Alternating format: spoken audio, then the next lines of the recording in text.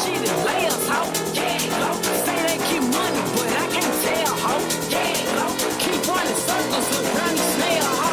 Yeah, and my shit bumping up in the jail, ho.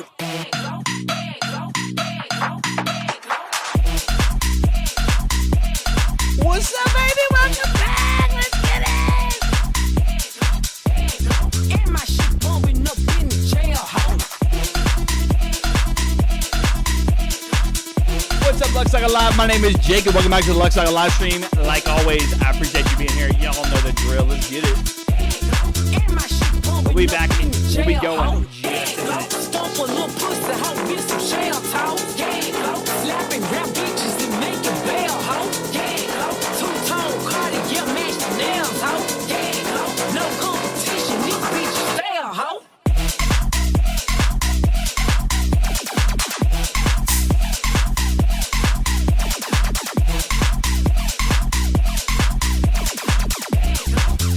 What's up? Yeah, dude, let's go. We're back. We're back. We're back. We're back. We're back.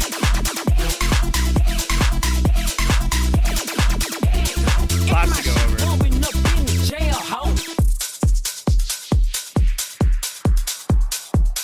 Who's got for me?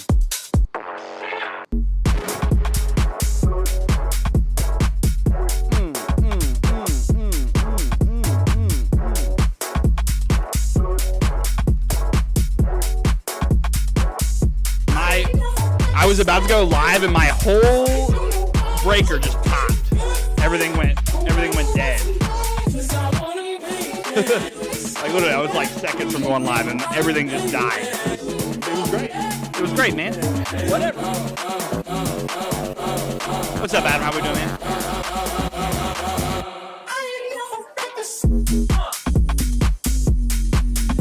Oh man, Bitcoin with a hella bounce. We're gonna get into that in just a minute, man. Off the 54K, 257. If you're following my Twitter, I pretty much call the exact move, and we'll go over that here in just a minute.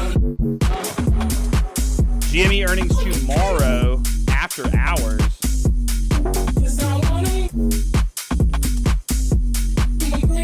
Could be interesting. Could be interesting. Today it looked like it closed up. I think I'll go back and look.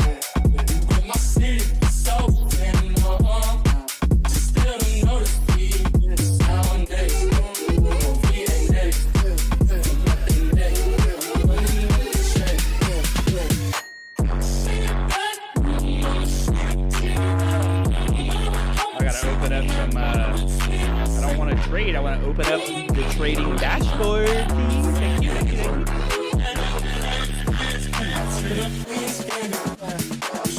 you. All markets bouncing though, and there's a lot to talk about.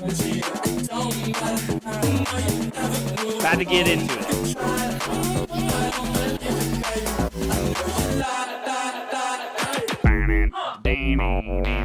My sound effect board is not working. Why? Why aren't you working for me?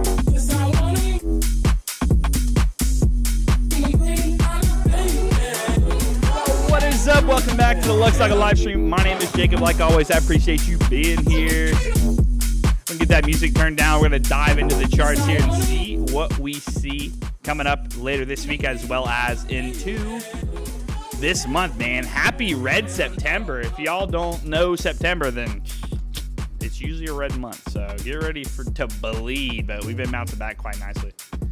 Bouncing back quite nicely right now. And we're about to get cranking. I get my clock is out of sync. I get it's out of sync, dude. You need to chill. You need to chill. But yeah. This week there is some news we'll touch on here in just a minute that's going to be released. We'll be live tomorrow morning as well, so get ready for that. Doing some U.S. Futures trading with the Spaces crew. So that'll be a lot of fun. We're in our funded account now.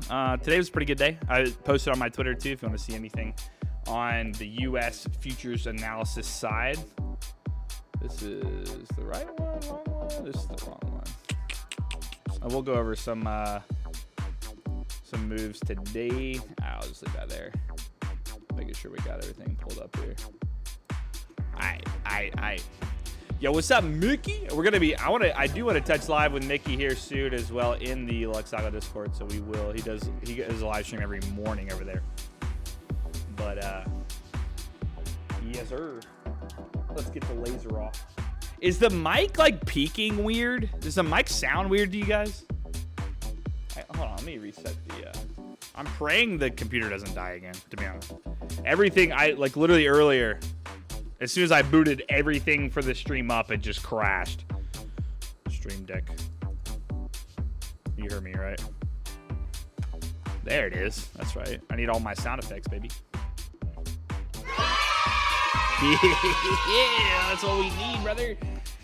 HPG, time to take profits. Much appropriate your time and effort, fam. I appreciate that, brother. HFG, I guess we long since yesterday. Maybe, brother. We're going to be going over that. Really quickly, though. On the weekends now, I am going to be posting my Bitcoin analysis. I have it pinned right now on my Twitter at Indicators Work. If you want my analysis on Bitcoin with a full breakdown thread, please, please, please. Go follow Twitter at Indicators Work. If you want constant news updates and new indicators and anything that we got going on, we had ICT respond to us last night, but we had the latest Apple release, everything going on in the market. I mean, whether it's stocks, crypto, I was wrong, take a symbol. Stocks, crypto, Forex. Man, if you need to be up to date with everything going on, follow the Twitter at LuxAlgo. Very much would help you with understanding what's coming out news-wise, and you get it in real time, so can't go wrong.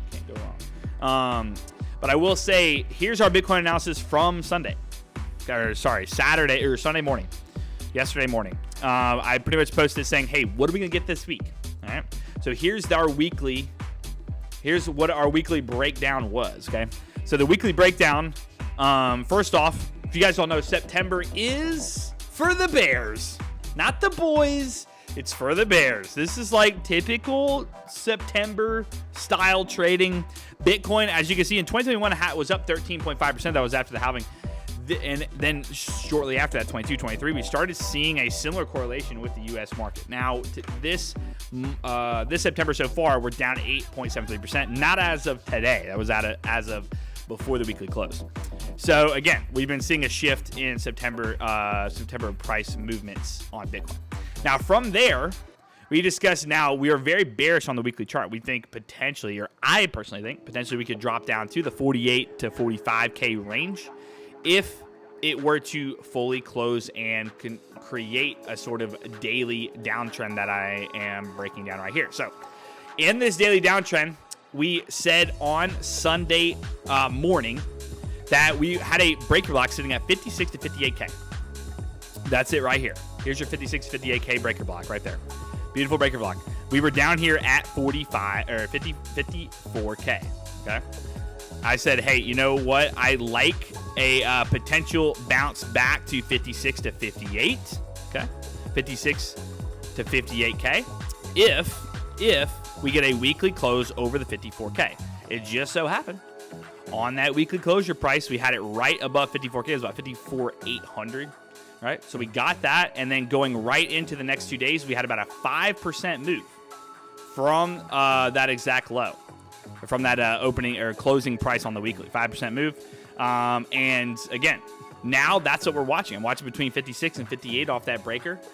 If for some reason we reject that again, I will be targeting roughly 50K. I think we could get another wick down at the bottom there. I think we get another wick down at 50. That would be in that reversal zone on the daily chart.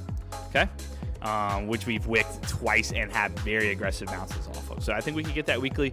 I think we get the daily wick down there at some time if we reject between 56 and 58K on Bitcoin. Now, that being said, again, on Friday, we talked about, hey, if we can hold 54K, then run it back to that high volume node. This is the only bull case I really like, is if we can get it back up over 67, right? If we can get back up here, I like it for a potential actually break and finally maybe all-time high run through the mid-70s or low 70s. But that is a long ways away. Right now, all we are watching for is exactly this little up and down move. Does it reject this zone or not? That's pretty much what we're going to be watching for. Again, 5% move, perfectly called out. All you had to do is follow the Twitter, and you would have seen that analysis I just posted and updated as well for you guys, as you can see right here. So beautiful 5% move, roughly $2,700 from that weekly close. Let's go, baby. Bitcoin, does it hold 54K? That is the question. So that'd be exciting. But this week, guys, if I go into my handy dandy, where'd it go? That was earlier this morning. We had a great day trading futures, by the way. We're about $1,500 on the day. We'll come back tomorrow. I'll post that analysis on the Twitter as well, or on the X. I guess I got to say X from now on. But here you go. If we go into my handy dandy bookmarked Lux Algo post, that gives you all the weeklies updates, right? Just had that Apple event right now. Just pretty much ended there. You got the new iPhone coming out. It looks about the same as the old one. Just looks skinnier and faster. Same old, right? We'll do JPY. Sure, brother. We'll do it for you. Tomorrow we have the OPEC monthly report, 3-year auction. And then we have GME earnings. That's pretty much the top watch tomorrow's GME earnings. Wednesday, we have the NVIDIA CEOs talking. Now, he's been talking a few times, but we do have CPI inflation data. And once again, if you were here on the stream before, CPI data has been absolutely killing it recently, showing that there's a nice slow in inflation. So we'll see if that continues to hit month over month, potentially year over year as well. We also have PPI inflation data on Thursday. So both of those hour before market open, they could determine how that day does and potentially the rest of the week. So besides those two major reports, nothing really else that's going to be as effective on the overall market. But again, I would pay attention about an hour before open on Wednesday and Thursday for potential moves. Okay, Bitcoin will do the exact same. Man said, please, I am in a huge loss. Will Bitcoin go down? Is that what you're asking here, brother? Were you short? If you're short at the low, man, I don't know why. I don't know who told you to short there. Hold on, I'm gonna post this on X as well. If you're short at the low, I don't know what you're doing, man. I'm sorry. I'm sorry for that. Hopefully that's not the case. Hopefully it's not. Please. Yo, why is this saying I was live? Wait, that's annoying. When you click the live stream on the main screen, all you see is the vertical. Interesting. All right, whatever. This should be going right now, right? 46 minutes ago, 48 minutes ago. Wait. Maybe if I switch over. I bet you if I switch over to my personal, it'll pop up. Just got to make sure we're working here. We are working. Nice. Okay. Let's see here.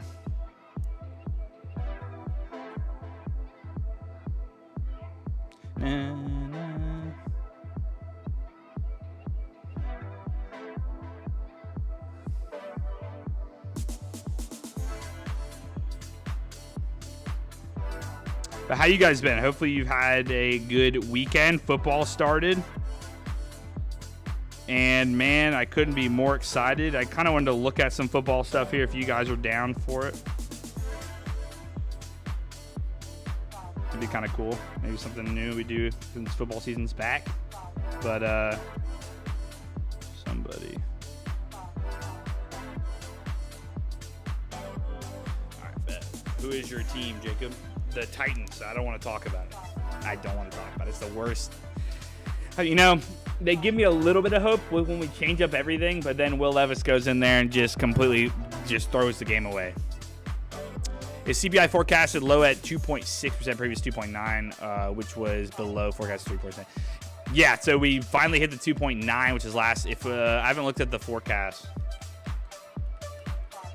Let's see. We might have posted something already, but I'm just going to do it here just real quick. Let's see what we're forecasted at on the CPI. Let's not talk about my team, please. Niners, Zach with the Niners today, baby. Dude, Zach, I gotta be honest. I should put all my money on Christian McCaffrey to score, right? He's minus 175 to score, I think. I got to. Like, there's no way that man doesn't get a touchdown tonight, right? There's no way. He has to. I'd be shook. I'd be shook if that didn't happen. Like, let's look.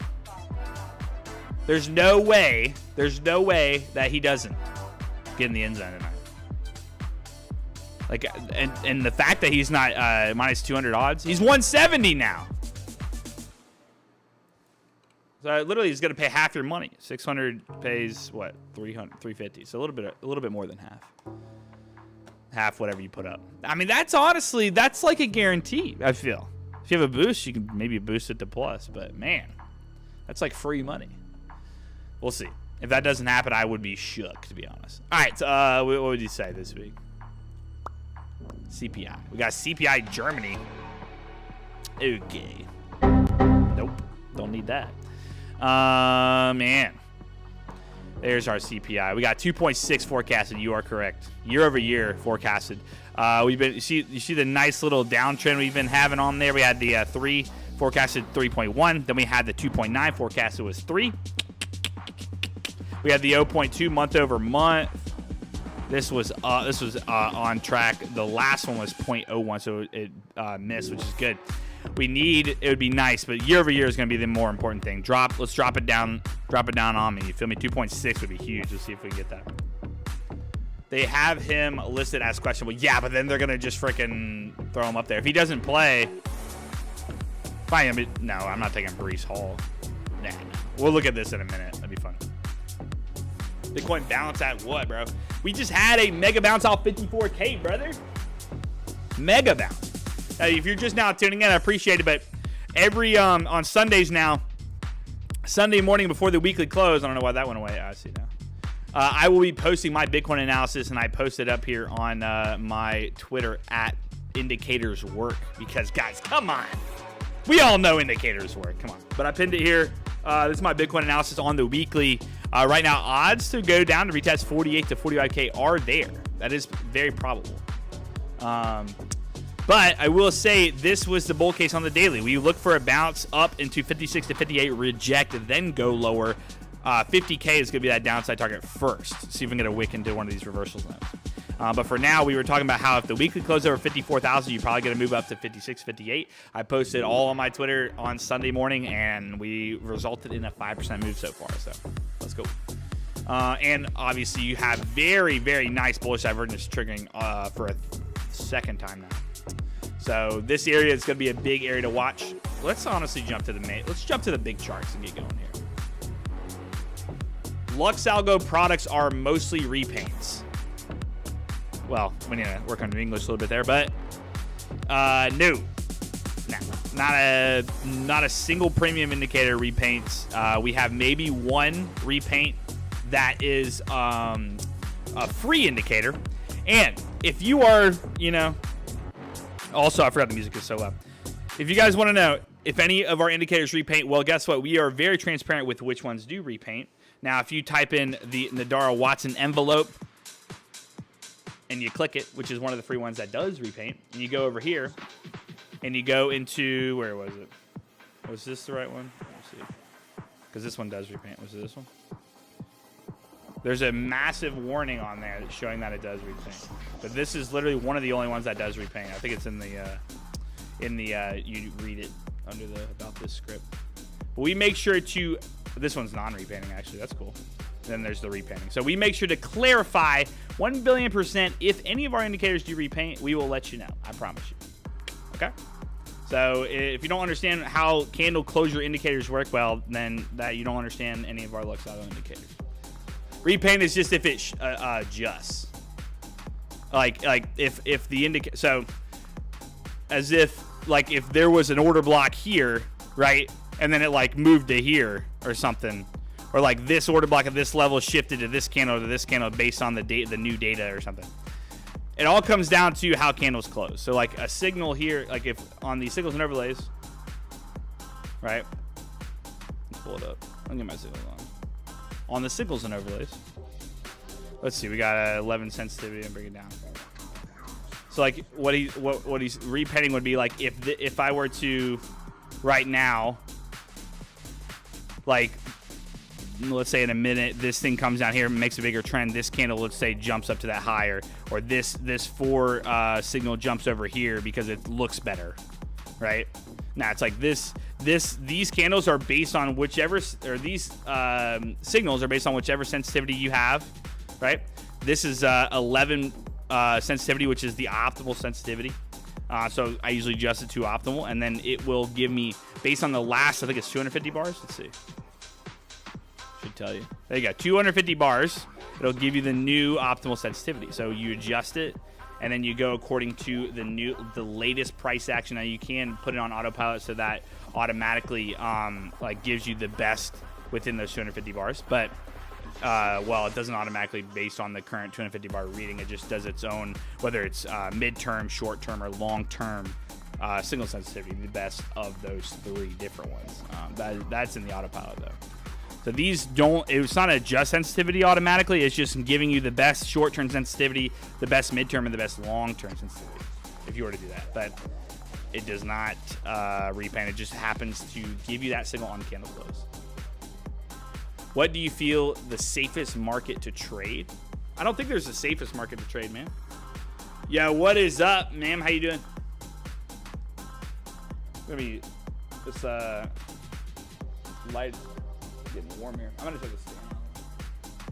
I don't have my shirt. My shirt's in the dryer, so, or it's in the washer, so I had to put on my freaking sweat jacket with the logo. Lux Algo is a scam. Absolutely, man. No. Absolutely not. You're just not using it right. If you guys don't think indicators work, you're just not using them right. But it's okay. It's okay. Now, it doesn't work. Indicators don't work for everybody. They don't work for you. You don't have to use it. I'm not going to sit here and push it on you. Jacob, please. All right, let's get into the Bitcoin chart.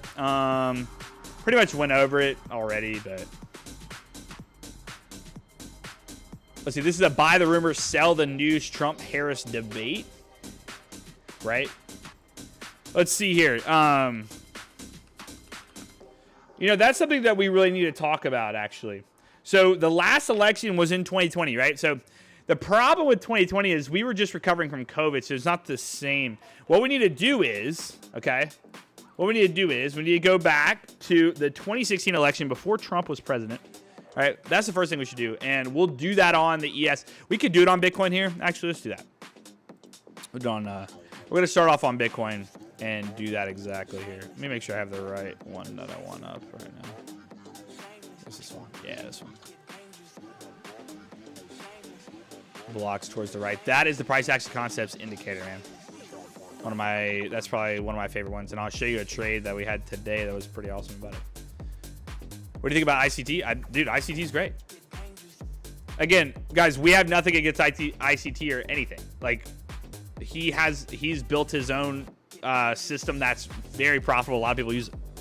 Okay, we've helped a lot of ICT traders by creating or developing indicators around his theories, making it easier for people to understand what he's talking about, because a lot of people can't comprehend everything that he's talking about. So we tried to make it easier by kind of turning it into an indicator. Then I'm not saying it's going to be perfect compared to how he goes about it, but it's going to at least help somebody start to understand and maybe make it easier for them to kind of study, you know, his theories.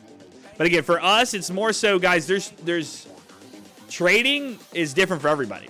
Now, whether indicators work or not, that's, you know, it depends on the person. For me, they work great. I'm a very visual person. I need to see things, and I like to jump on these charts and figure out, like, solving a problem. Like, you're trying to find the perfect dynamic and features to give you the best trading system. That's what I love doing, and the indicators make it much easier. I have alert systems set up to where I can literally go spend time with my new baby and my 2-year-old during the day, get alerted for a setup, and then I could go jump on my computer and then see, hey, I want to take this setup or I don't want to take this setup.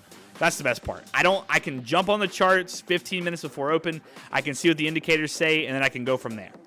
And then, you know, it's just makes it much easier in my personal life right now to be able to be alerted for setups that I would like to see. Okay. So we talked about last election, 2016 was when Trump did get into office. Now, man, 2016 Bitcoin, right? Pretty crazy. It's probably going to be a little bit different, but here you go. November 2016. I'd like to see, right, when he got elected. Man, that was such a long time ago, dude. Right when Bitcoin was just, let's see, right here, November. So going into it, well, this is quite interesting because look at this, guys. we had a September.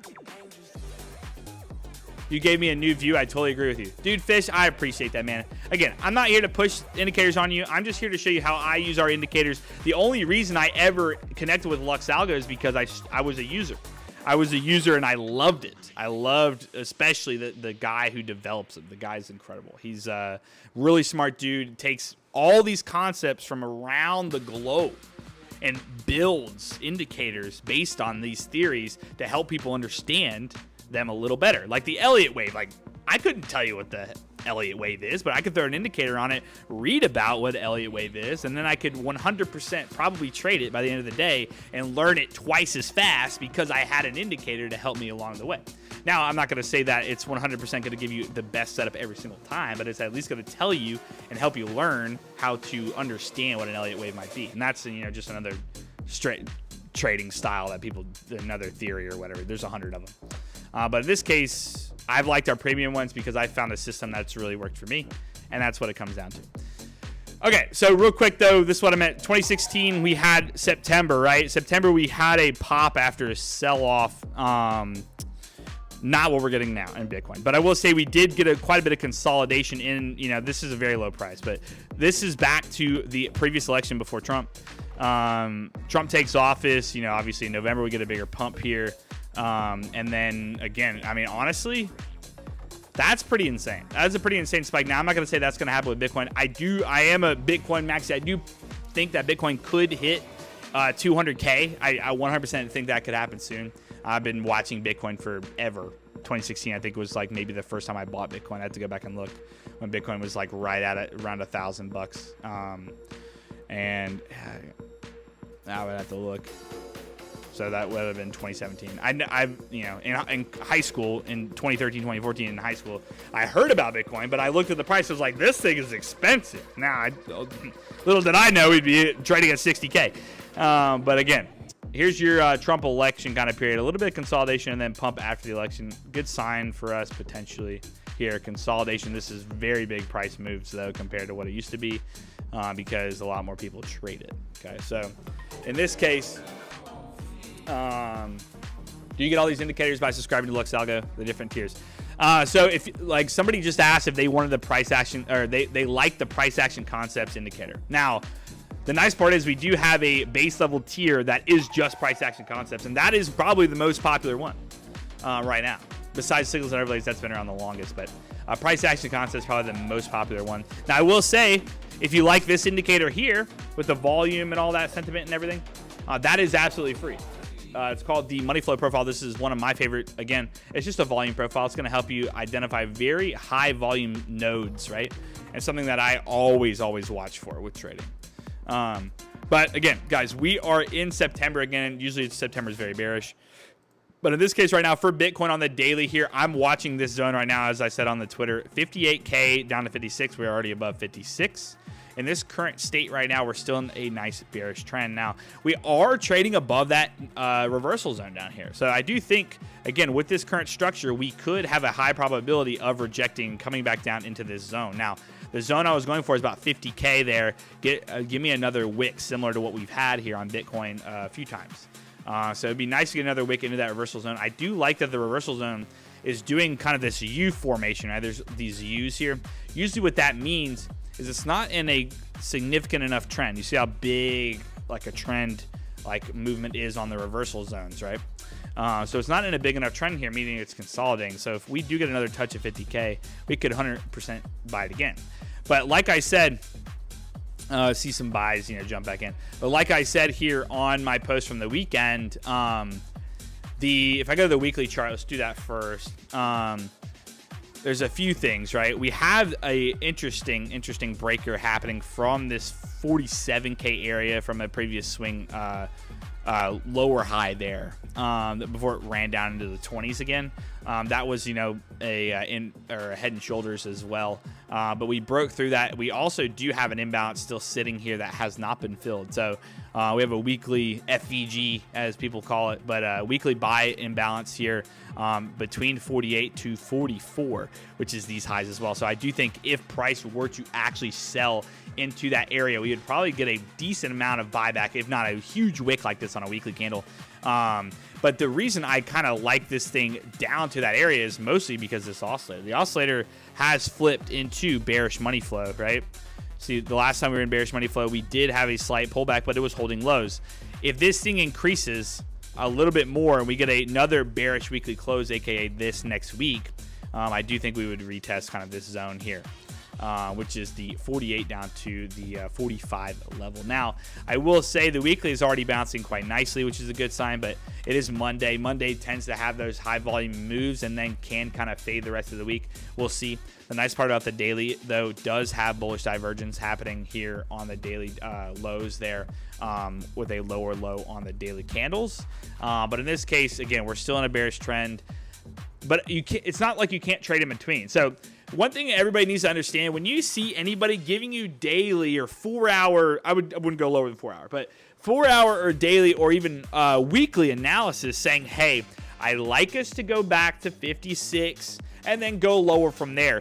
If you're sitting at 54, you can trade that upside move first and then short yourself and go right back into potentially making a downside play. You can play both sides of the I don't even know what you say, ball, I guess.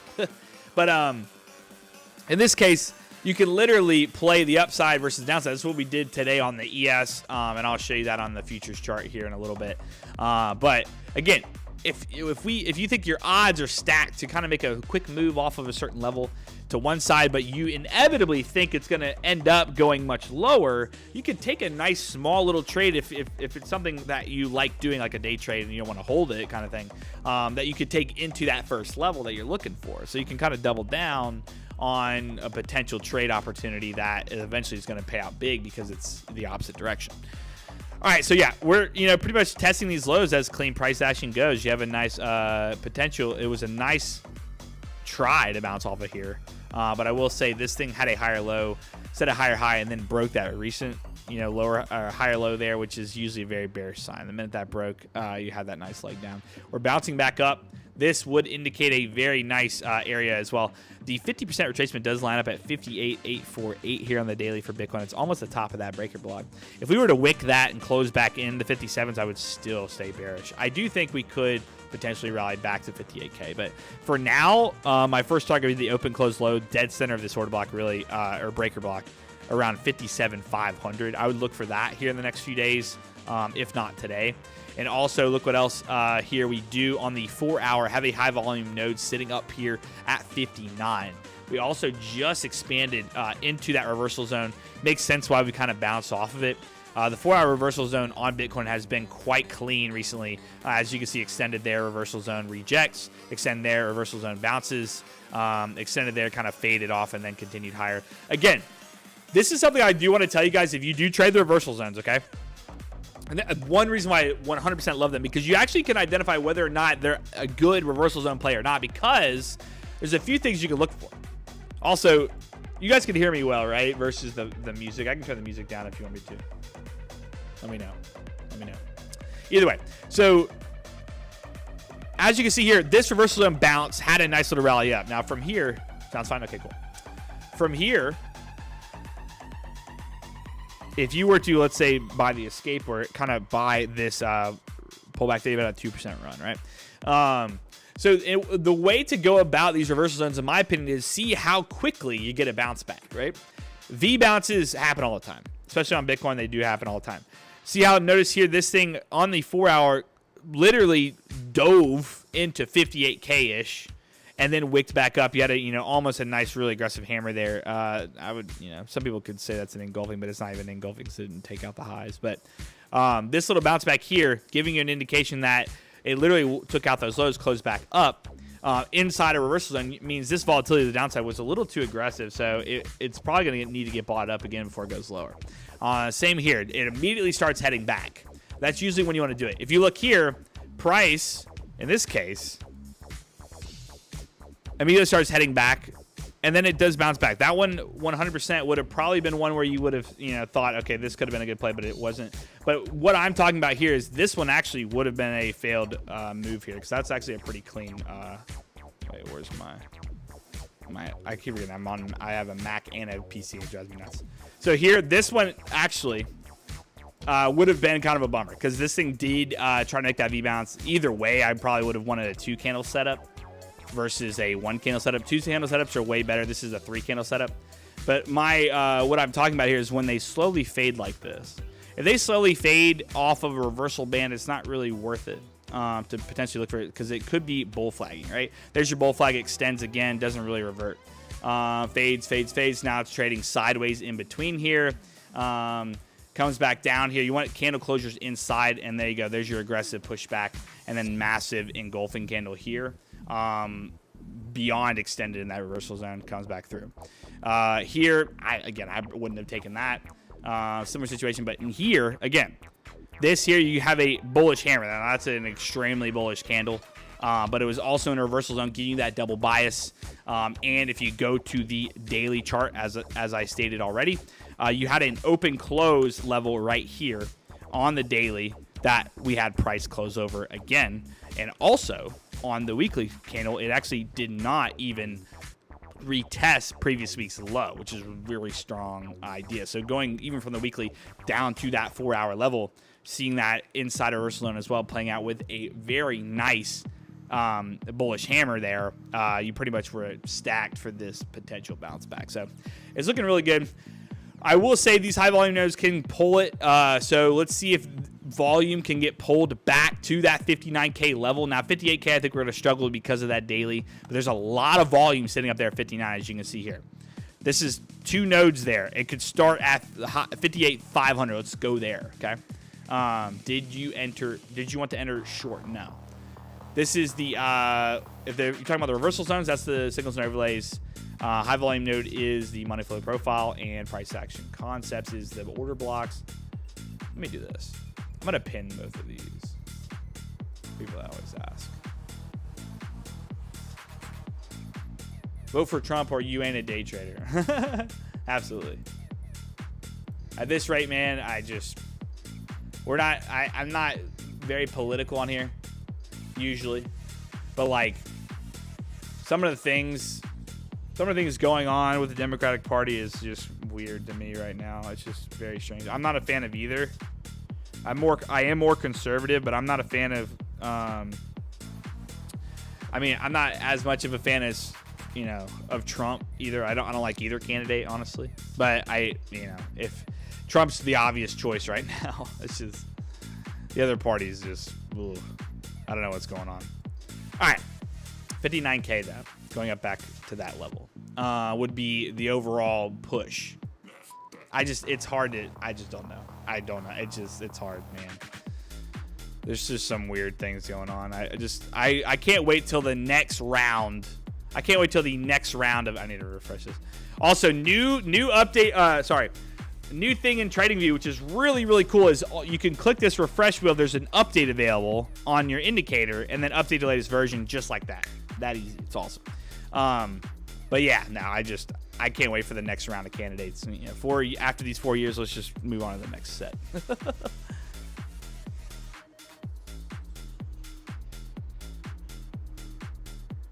But right now, yeah, 58K would be that upside target because of we have an order block there sitting on the 4-hour, but on the daily, it's also that breaker block zone. So we'll see how price reacts to that here. Let's go over gold. Gold. I know my gold fans are here. They love it. Again, this has not had an extension in either direction. As you can see, the reversal bands have just been chilling. They've been hovering. They're not really going anywhere. This is the 4 hours. Go to the daily. Are settings reset when the indicators refresh and updated? Yes, you do have to update them, sadly. Like if you have custom colors and whatnot. Yes. Moon Boy, the Young Genius President. I am a fan of Vanek. I always mess up his name. I've listened to a bunch of his stuff and I still can't pronounce his name. I am a fan of his, but I need to see more too. All right, first off, basic price action. You're respecting the highs. If you're not respecting the highs, then I would be bearish. I like this. Vivek, that's what it is. Yeah. I gotta type this into Google. Pronunciation. Let's see. Okay, jerk. I can't even hear. Oh, I keep forgetting I'm on the wrong one. Did I say that right? I feel like everybody though in their 40s and 20s to 40s like him. We're gonna get this right, so I don't sound like an idiot. Vivek. No more Pepe game? We can bring out the Pepe game. My life's just been so crazy recently. Like, this baby is so much different. Vivek. Is that even right? I feel like he says it differently. I don't know. All right. But right now, gold, when to short? I'm assuming he's asking about gold. I honestly... Do you have a price action or S&D indicator for every time frame? Yeah, dude. So you can adjust your time frame on here on the order blocks however you want. This is my usual setup. I have recently I've gone back to this 1 hour, 15 minute, and 5 minute order blocks all lined up here because I'll show you in just a minute how we did it today on that ES. Pepe's out in the Lambo celebrating all his wins. Yeah, dude. Honestly. All right, yeah. So we bounce off these previous highs. Pretty clean price action, right? On gold here. There's no reason to look short on this until that structure does break. Honestly, it's going to be below this low 24.71 would be kind of where I would want it. 4 hours as well, as you can see here. We've just been hovering in this node. Again, if you were to have any type of pivot candle inside that node, I would 100% take that trade. Like right here off of the 2,500. I mean, it's 2,500. Like, come on. That's kind of why we're hovering here too. As of now, current structure is a little bearish. You got bearish money flow going on. It is trying to bounce off of a news candle, right? On Friday, we had NFP, non-farm payroll, did miss. Okay. For those of you that didn't know what non-farm payroll was last Friday, here's a quick catch-up of what happened on Friday. Also, go Irish, sadly. Also, another thing here, if you can't pass this, only pro traders can pass this, by the way. If you looked at the 5 minute first, you failed. Sorry. You probably all failed. All right. Here you go. Here was the market recap from Friday. Unemployment stayed at 4.2%, but then non-farm missed. So the market went up, and then it went right back down. There's your Uno reverse market that happened on Friday on the ES and Bitcoin as well. But yeah, so we're trying to kind of fade back from that NFP news on Friday. Jobs report wasn't the best, but as you can see here right now, 50% retracement, we're almost there on this daily 4 hour. On this 4 hour, there's your 50% at 25.07. I failed. Celine failed. Yo, I pinned it there, Young. I pinned it, Young. I thought that was clever. I did come up with that. Nobody else came up with that. I will take trademark of that one, or whatever you want to call it. That's my joke. Either way. All right, going up to 5707.483. Let's see. That's kind of what I'll be watching right now is potential on that reject. If we go to the 1 hour, let's take a look. 1 hour did have a double bottom pretty much there, so that's clean. You do have a high volume node here with this breaker right here. So price, if it were to fully extend, you could probably be targeting upside move right now. 25.15. That could be a potential push. Not bad. Not bad at all, actually. Let's expand. Let's expand this zone to 500 bars. For 1 hour can be a little different. Yeah, because there's that volume sitting up there. Let's do 300. Ooh. 400.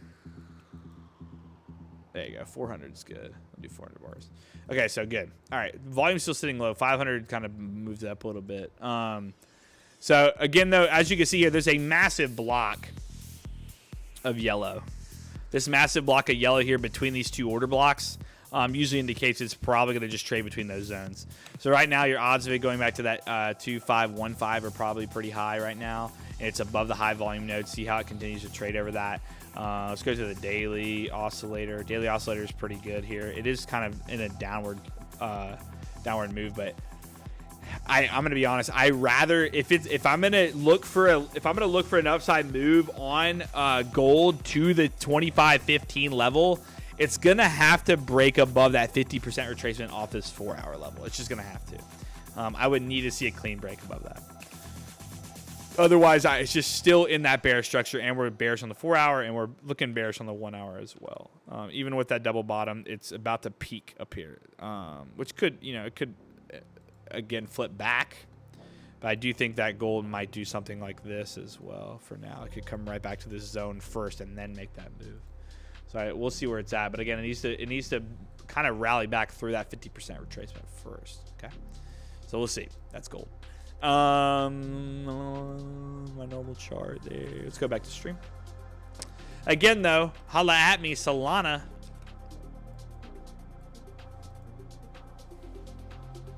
Who's your daddy? Who's your daddy? If you don't know me and you don't, and you're new here, you're welcome.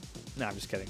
You didn't get this play, but again, I told you guys every level that I buy, especially on Solana. Now, for me, crypto are long-term holds. I like to hold crypto long-term. I don't really like to day trade crypto because I like to trade futures, U.S. futures. And I tell you the levels I look for on Solana and on Bitcoin and on Ethereum when they aren't just getting completely deleted from the crypto market. But Solana, forever and ever and ever and ever and ever and ever, I've always said I like to buy 136.50 and 121. I've talked about this a trillion times, ever since this first move happened here. All right. We talked about, hey, I'm going to buy 121 every single time. Bought it here, bought it here, bought it here. I just have order. I literally just place orders there. Like I need to place more, to be honest, now. Come back to me. But again, it's just this level here does come from the daily time frame. It comes from this daily open close high back here. I've liked it a million times before. Price had a problem getting through it. It finally did. Found support on it. Bounce, bounce, bounce, bounce. Happened again. 121. That's just it, man. That's the price. So in this case, I usually pick some up at 136.50 as well. I did back here. I did not back here because usually, the odds of it doing it again weren't as high as if these wicks down here. So we got another wick here. Because look, we've traded bodies through that 136.5 level over and over and over again. We've only wicked 121. So that's why I like the 121 level for just buys every time, because that wick is perfect. But as you can see here, we're back up to 134 again. Now 136.50 is better for me on the weekly chart. I would like to see a weekly close over that. We bounced before and almost made that move for that new all-time high. Then we kind of been flooding between the 121 and 136 quite a bit. Closed over it again, failed again, still holding. That's fine. Let's keep holding. This is a nice doji candle that could result in a nice push into the rest of this week. So we'll see how that does. We have CPI this week. We'll see that could send us into bigger moves as well, because again, the crypto market is now more correlated with the U.S. market than ever before. So be on the lookout for U.S. news if you're trading crypto as well. But that 136 really just comes from these open close highs and lows here that clearly had strong reactions to. And now we're getting the same thing on the 121. Beautiful, beautiful bounce back. Gotta love it. But Solana right now.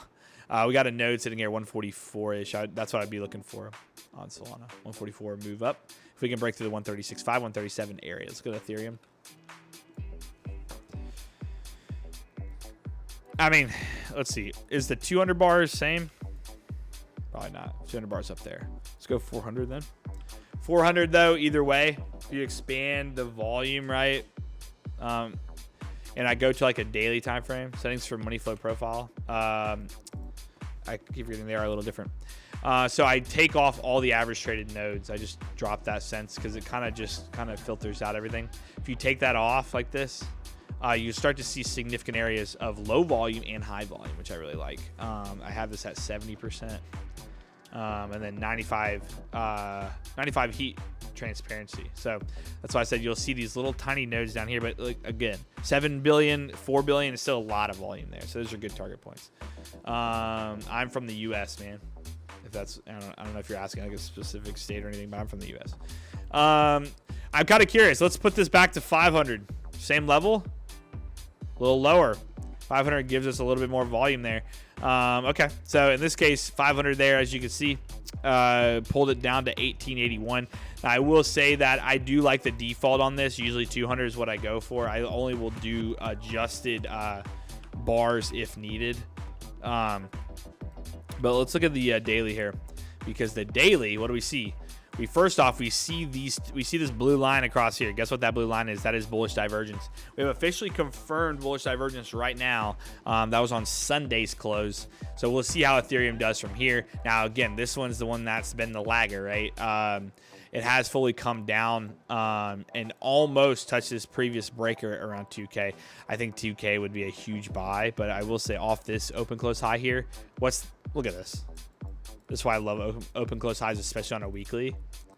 Gosh dang it, hold on. I gotta click over here. That's the only problem with the heat map. So this open close high right here, right? That's right there. So it's around, let's see, 2119, right? What's the low? Low is 2116. I mean, you can't get better than that. Weekly bounce off that open close significant high. And support, right? Beautiful bounce. If it's going to hold over 2119, I like it. It's got to come down to this breaker block to start being a little bit more bearish, and that's going to have to fully break it.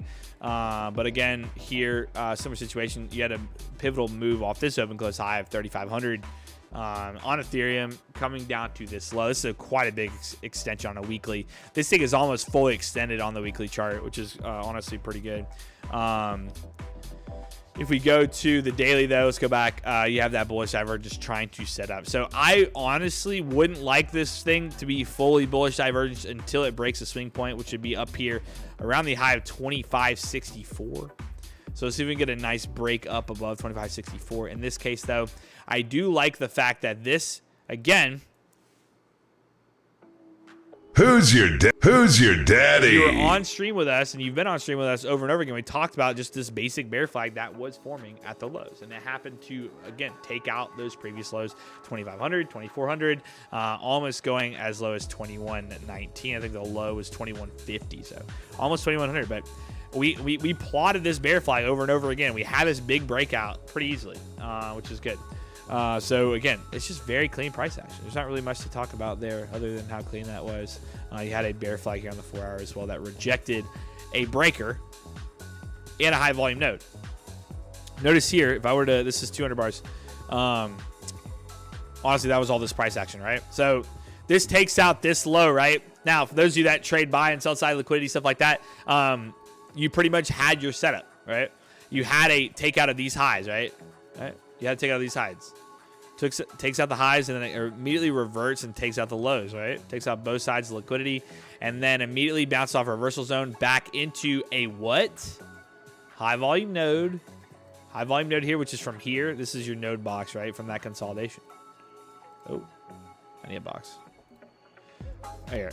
This is your high volume node, right? But it happens to be high volume and a breaker block from that recent breakout price, right? Breaks out, immediately creates this bearish candle. The minute I would have seen, again, I don't day trade. I don't day trade crypto. I would if I could have margin. I can't.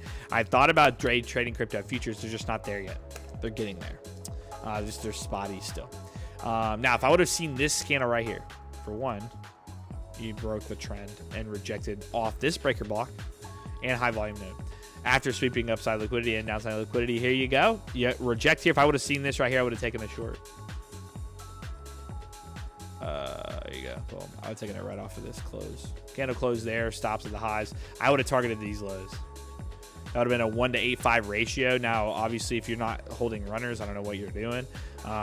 Your next target would have probably been these open close lows down here at 9.3, or it would have been a 9% move. It would have been, what, 3-to-1 ratio? Yeah, so it would have been a pretty nice, and again, that's on a 4-hour chart. So that first initial move off of this level here to that low was 5%. That's a huge move. So insane. Lower highs all the way down. And again, even with this thing taking out that low, it barely touched reversal zone. Notice how the reversal zones here, if I were to take off everything else, notice in this case how the reversal zones continue to move in a downwards direction, highs and lows, right? That's usually when you start to see price trend. Now, another thing you can add that a lot of people like is the smart trail. The smart trail is actually pretty insane. I've noticed it's pretty insane on crypto. It pretty much what you want to wait for is price to actually show that it's in an aggressive move like this, and see how it reacts on a retest. If you would have seen a candle like this on a retest on a 4-hour, this goes up for one. This here, if you ever, by the way, if you ever see a candle that pumps into a zone and then closes back down like this, leaving that big of an upside wick, but then immediately engulfs it on the next one, the odds of that being the most bearish setup ever is like your downside odds are almost like 90%, like 9 to 1. It's just insane. I mean, you got it in a downtrend there, lower high setup. It rejects a smart trail, closes down again. A lot of you might not understand price structure, or how price moves or how candles set up. But I mean, that just comes with time. But in this case here, everything was leaning super bearish there, which was on this candle here. If you want to wait for obviously a turning point on the oscillator, you could have, but you still had bearish money flow as well. That also price barely just fully extended. Price fully extended here, but you had bullish money flow, right? Comes in, bearish money flow. You had a very bearish candle setup off of a rejection of the smart trail, and you have everything pushing down on price. So the reversal zones as well, pushing down on price. But not only that, you showcase here that you just rejected a breaker that just so happened to also be in a high volume node, right? So outside that node, when you get to low volume areas, by the way, that's usually where the trends happen. That's where you start seeing good movement in price, and that's usually the red on the money flow profile. So as of now, as you can see, we've finally shown the oscillator trying to pivot back on Ethereum here, and we'll see if it can kind of pick back up from this level and then bounce back to potentially 2,500 right now is the biggest bet. I pay easier to trade stocks or crypto. I like to trade U.S. futures if I'm like trading, right? I buy and hold crypto at key levels. But if I could trade, if I had the, I don't know.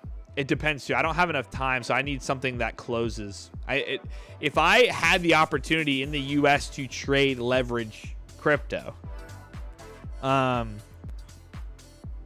I probably would, but at the same time, though, I love that the U.S. market closes because then I can not think about it, even though the futures are literally going to open here in an hour, and I'll probably look at them.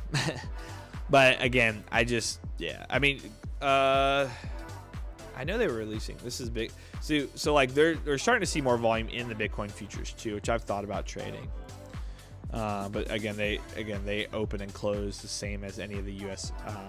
Futures as well, so that'll jump up there at some point. But I don't know. I thought about it. I just like the tax benefits on trading for futures. I don't know why you would trade anything else, to be honest. They're just way better. You got 60-40. I don't. Do they change it to 70-30? I think it's still 60-40 on those tax benefits, which is pretty awesome. Which is 60% in capital gains, 40% in income tax or whatever, short-term capital gains. So you get a little tax cut on those. But I will say, cryptos, it plays in technical analysis a lot better. Crypto does work with TA a lot better. Just because it's not as reliant on news and the way companies are performing, right? It's pretty much reliant on everybody's mind, right? It's how, what do you value Bitcoin at? What do you value Ethereum at? What do you value Solana at? That's kind of how it is right now. And there's a limited supply and all that. So it's just, it's an interesting topic. There's a lot of more, like, nowadays, obviously, it moves a little bit differently because it's affiliated with the U.S. market and all these ETFs across the globe. But it's still there. It's still based on human psychology of what it's actually valued at, which is interesting. But we'll see. I don't know. Crypto, I do love a lot though. I buy plenty of crypto. So if I'm trading though, it's mostly going to be U.S. futures. Okay, so crude oil was something that I was also keeping a close eye on. We're at these lows. Your odds of potentially bouncing these lows are pretty high. I don't necessarily like to play bounce backs like this just because they're selling into them. You don't really want to catch a falling knife. These lows have bounced quite a bit. The only time I'll buy these lows again, if it's like Solana or Ethereum and I'm buying for the long term, if I'm going to trade these lows, that's the hard part. It's hard to just want to trade this low. Now, the only time I will try trading moves up or down, right? So what I'll do, like on crude oil here, is if I go to like a daily, right, I'll watch this like daily open close low here. I go to the weekly. How's the weekly looking? That same zone there is off that wick low. Watch this level as well. It's in that high volume node too, and that's off of 70. More than likely, when price dumps into 70 here, and you see like a 15-minute or a 1 hour bounce back. So I'd wait to see reaction first, because you know me, I'm gonna be trading on reaction, which didn't get when it touched 70, by the way. So I would be waiting to see how price does structure itself pretty well here. So that was last Wednesday. It just wasn't holding kind of that 70. It broke out, it broke back through, it broke out, it broke back through, broke out, broke back through. Again, if this reclaims 70, maybe I start trading it there. But essentially, like here, much better. Here you got an extended price goes down, double bottom, right? Price then breaks out. I would have probably entered right here for a trade. And then kind of played it out to those highs because I was, waiting on it. But if I had a key level, like let's just say 70 exactly, if I went back and plotted it enough, saw 70, I would just buy with a very, very short stop, or see first off how it reacts, like in this case. See, this isn't a good example because it doesn't react off 70 at all. Like, that kind of sucks. Yeah, I honestly wouldn't even... Like maybe here on this candle, I'd like buy right here at the low and have my stop very short, very, very short. The only time I try to catch lows is if I'm or highs, I try to buy very, very, very low risk to reward, or low risk, sorry. Because you're looking for that bigger move. But you feel like I got 269 again. Yeah, it's very nice. I think that's how it is here too. But yeah, crude oil has been interesting though. These price moves are kind of crazy. This is the first day we've had in a while that's actually bullish. It's actually closing green. The weekly's trying to bounce back. If it does bounce here, though, again, let's just run up to this node, 76 to 80. 80 is pretty key there. Let's see. We've been going for an hour. GME, let's look at it. How's GME doing after hours? So I had a GME long from here. I'm still in it. I haven't looked at it today, other than earlier today. Still in it. The call options are being a little weird. They had a nice run up on Friday to 24-ish, and I think I had about 80% on it then. We're back to 14% profit, which is kind of lame. Today we had about 45% up here. So I'm still holding a few. I took some profits today when I hit 25. I barely hit 25. I want to play it into tomorrow before earnings and close before before earnings happen. But right now it's holding nicely after hours. We had that big update with Roaring Kitty tweeting for the first time in a while. Earnings could send it. There's some interesting dark pool prints today that were pretty large apparently. But if we get a nice move. Again, you can see us structure-wise, 4 hour looks great. We've kind of retested this previous high, and we bounced. Ready flow profile is sitting there. The reversal zones in this case probably aren't as important because we're not necessarily trading it. You're more so playing volume hype. Biggest reason why I actually entered this, by the way, was because of this first volume day. It was a very aggressive volume day. And the last time we've had aggressive volume days is usually because they're about to get the next run up or something. Somebody maybe bought a bunch of call options, stuff like that, right? Can you make a living out of trading? Yes. I would also recommend always having a stable living though. Trading's not going to be 100% stable. That's why you see all these people actually selling courses and stuff.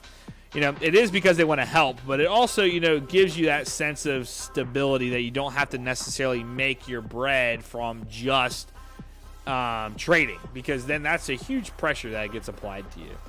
So I would always recommend having a separate job. When I first got into this around like 2015-ish, 2015, 2016, when I first got into trading in general, right after Robinhood launched.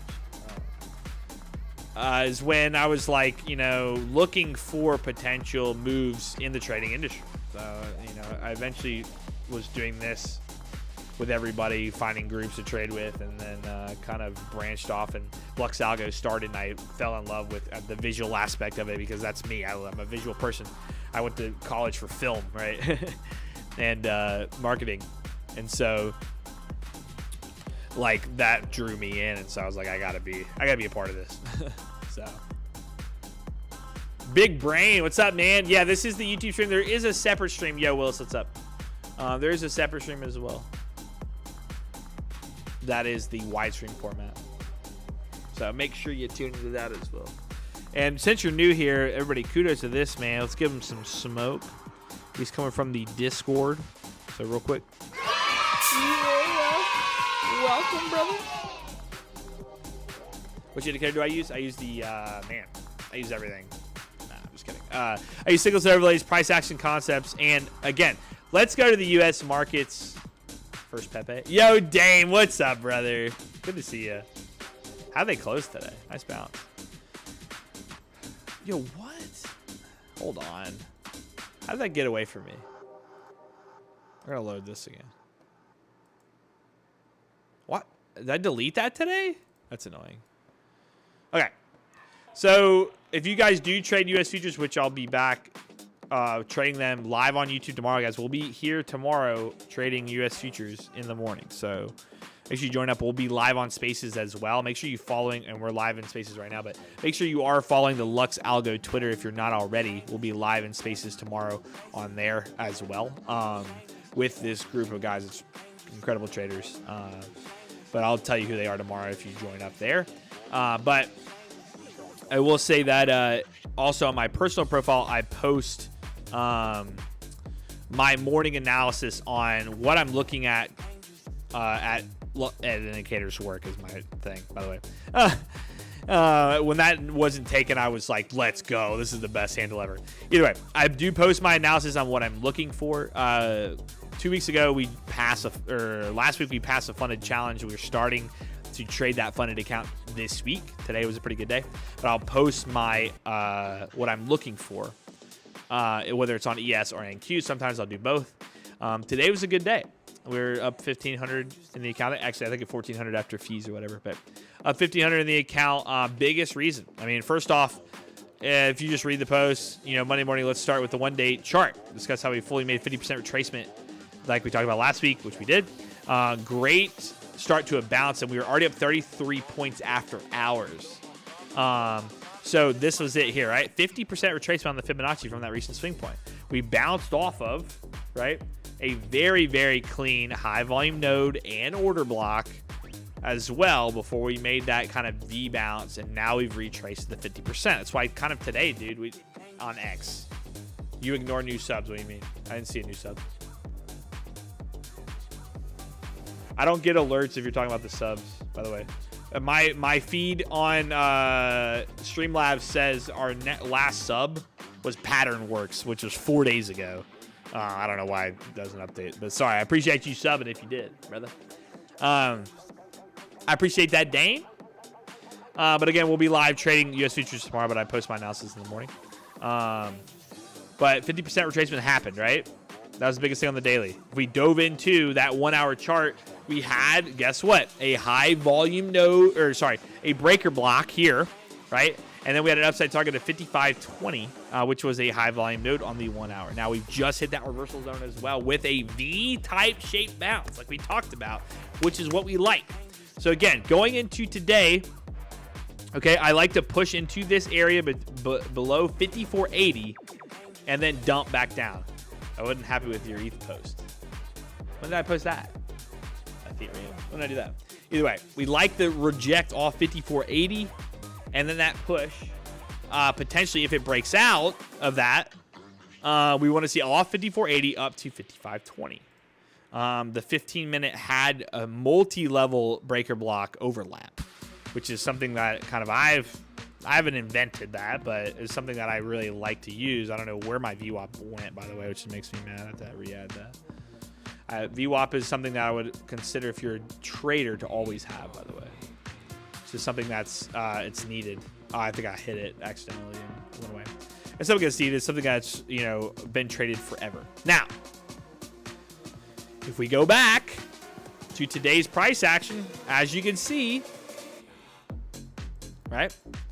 We go to the high volume node. Here's your 1 hour. It's still up there, right? We didn't fully extend to it, but what did happen?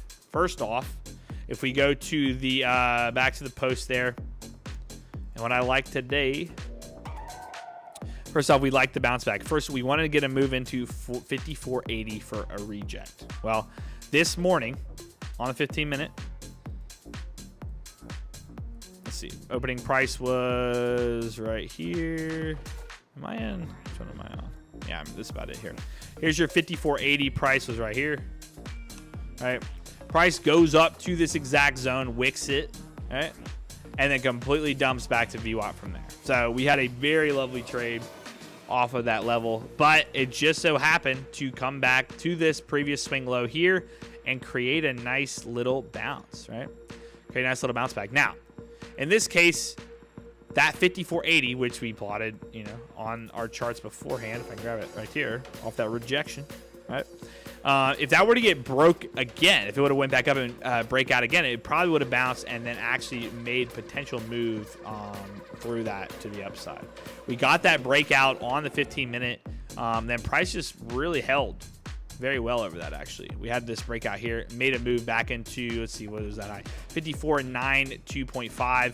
And then we had the Apple event hit, right? Apple event hit, and then it came back and broke back below these areas. But bounced off that breaker there, broke back lower, and then retested VWAP yet again. But again, usually for me, I'm in and out of it. I'm done trading by lunch, which is around, you know, noon. So I like to trade the first move and then potentially the second move if it plays out accordingly. But not a bad day. I posted it in Discord. You have to send it to me, man. I don't know which one you're talking about. But not a bad day because obviously consolidation. VWAP though, look at how VWAP held here and a high volume node area, right?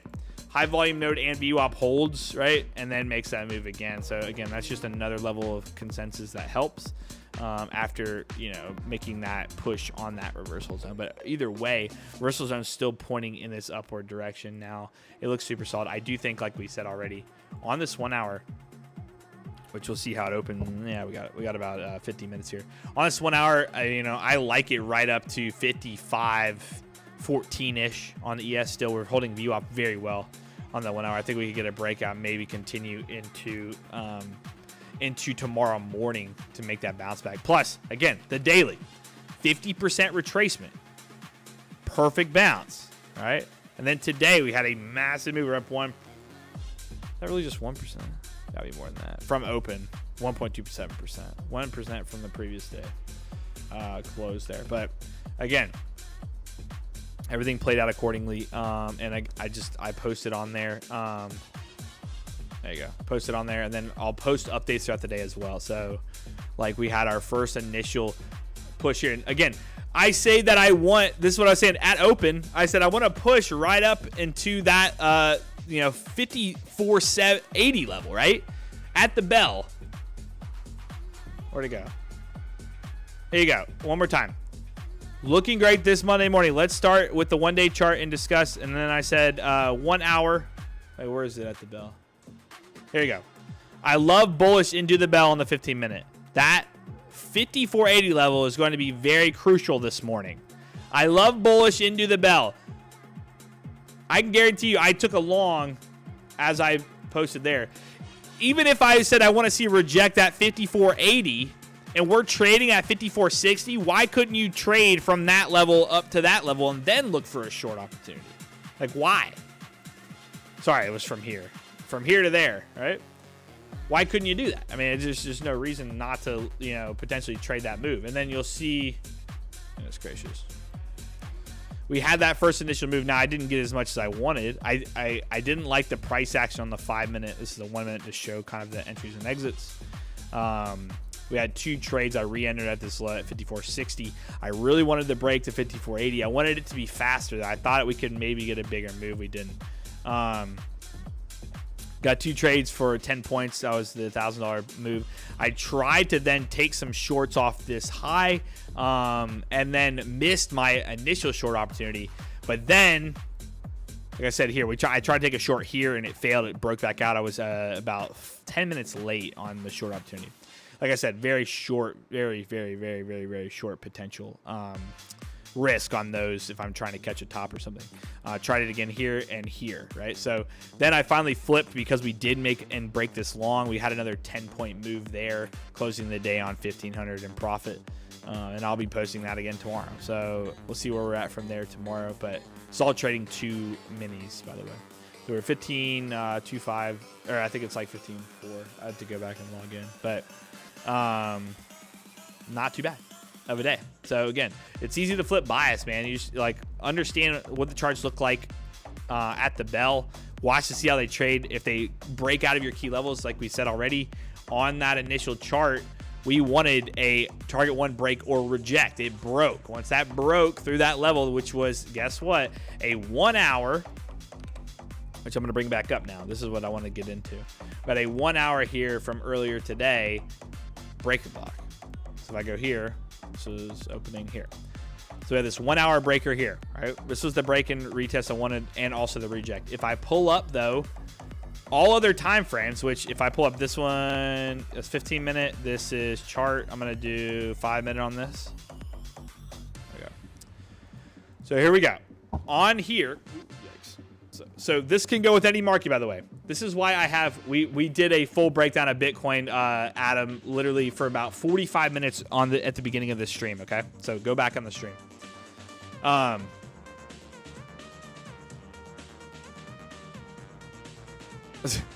Day. Either way. All right, so here you go. First off, we have a 15-minute gold breaker there. We have a 1 hour white breaker.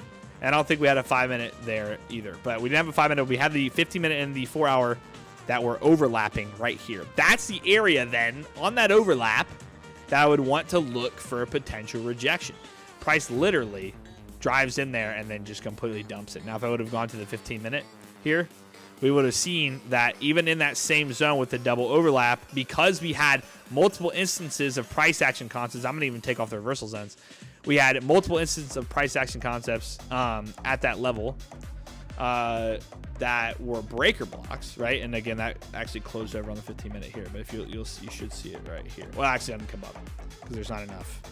And that's another reason why looking at it in multiple time frames can be super key. And there you go. So I had to up the amount of order blocks shown, but it doesn't matter because when I'm looking at this 1 hour chart, I saw both of them, right? I saw the one on the 15 minute and then 1 hour overlapped, right?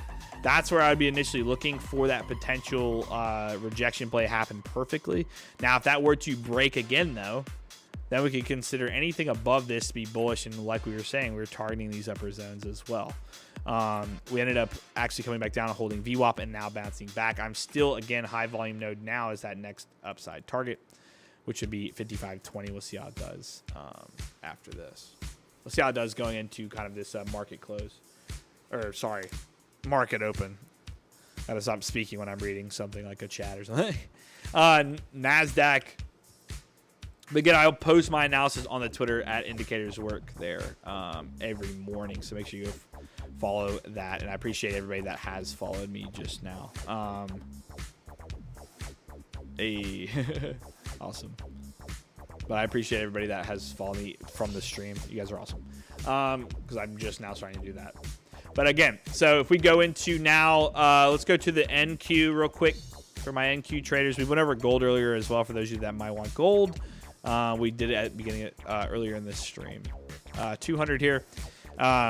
So this high volume node is actually up here. So it's good to watch correlation between this and the ES as well. I'm going to get rid of this because that is coming from highs. But you still have, again, yellow overlap here. Right? This is my favorite levels to target is these previous highs. But again, I don't need that. I can throw up the order blocks, right? I keep forgetting this is NQ. So this is a little different. We got an order block that shifted up higher, which is at 19,000, which makes sense, right? 19K is a pretty significant level. So this on the NASDAQ did not break that previous swing low. I haven't even looked at the NASDAQ today. I didn't like it this morning. It didn't even break that breaker. Look at the ES. which is interesting. The ES broke this swing low. The NASDAQ didn't. So that's actually quite interesting. So if I compare them, I could actually sit here and say, hey, you know, we have to get up for this market to be bullish into tomorrow. We got to get through 18,765. Got to get through the top of that breaker. Now, if we look at the, does the 15-minute have any? I don't think it does. So that's actually quite interesting. Yeah, there you go. So this looks a little crowded, obviously, which is annoying. I'm going to take off these. I'm going to go back to 5 on these. There you go. Should get rid of some. Maybe not. Maybe not. Let me get rid of the, well, no, that's fine. Actually, because as you notice, this is 15 and 1 hour. I just wish I could get rid of this one. If I took off breakers, it would show up, but it would go away. But there's your 1 hour breaker there. But we want to see that there's also 15 minutes sitting there from that previous Friday low. But it's annoying now because this technically is a breaker from that recent close there. So it's kind of like triple overlapping. But in this case here, this area is going to have to break. We need to see a 15-minute candle close somewhere around 18,765. It'd be nice. You sold NASDAQ for 2 hours. Was that correction? Nice. It would be, again, this is a significant low. It'd be nice to see if we could close up over this on the 1 hour as well. It continued holding over VWAP, which is really good. So we'll see if that happens. It has already had its breakdown, right? This one, though, is a little different because look at the daily on here. Again, high volume node bounce. Am I right? So if we look at the daily on this fib, which is interesting, the fib from here is what I was originally watching. But watch, if I bring it down here, you can see today we've actually retested it. But if we go into here and maybe pull up the 618, I'm curious, the 60% bounce. Yep. So here's your 618% bounce, and that's usually a zone you could identify as a decent bounce, but it lines up perfectly with this high volume node as well around that 18,373, 18,400 level.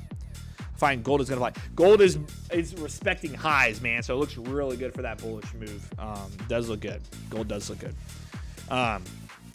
So from where we're at now, 19K right now looks to be a good target to go for. Again, it's a, you know, pretty psychological level. I'll go to that 4 hour here. But we are also, again, showing bullish divergence, and it broke structure on the oscillator here on the 4 hour NASDAQ setup. This looks really good. This looks actually really strong for this thing to potentially make its move into that 19K maybe tomorrow. And look, where did it reject before? It rejected a node here that's, you know, slightly yellow, which means that it's a very high volume area. So that's where I would be targeting right now. It's right around that 19 area. I'm going to be, you know, conservative and go straight for 19. But it does look good.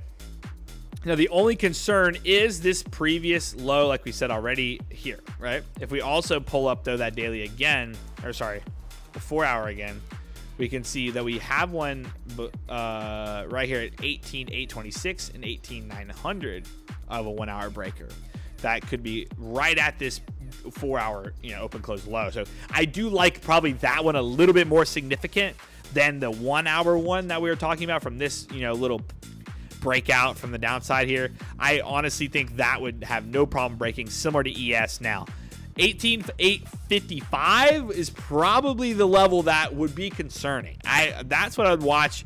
The bottom of the high volume node is 18, let's just say 900 to be honest. 18,900, and then maybe up to 18,940 or something. But right now, what I'd be more nervous on is that 18,500 due to this 4 hour showcasing that other 1 hour breaker block sitting up there. So that's what I'd be targeting right now to the upside. Again, we're targeting that upside order block. So you don't have to sit here and say, oh, I'm going to wait until it sets up to break that, to take the trade. You don't have to.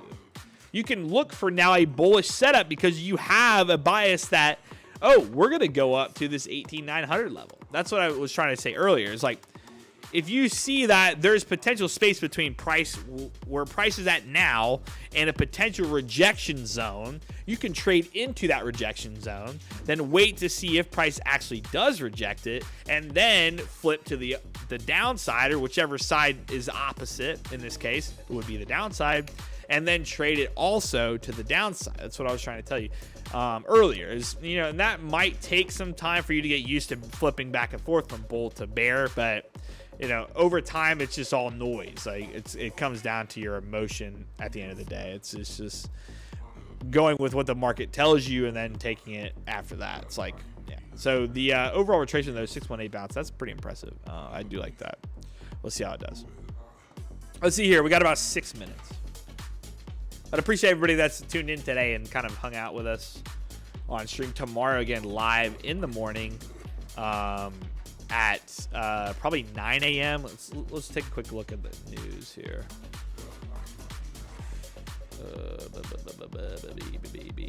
So I posted the news here as well, guys. Again, this is probably the thing that's going to help you the most. Make sure that you get it, because here you go, boom.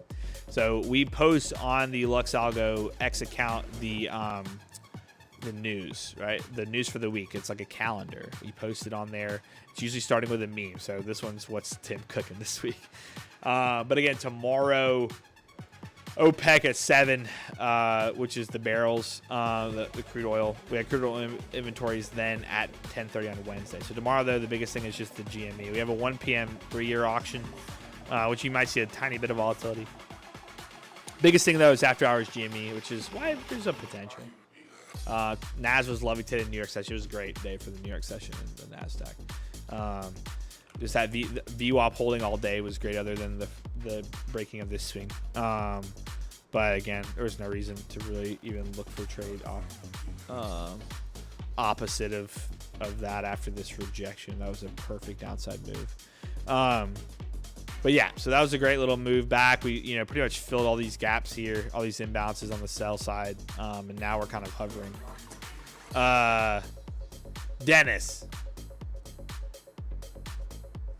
Dennis, yo, actually, what the heck? Nice little move there.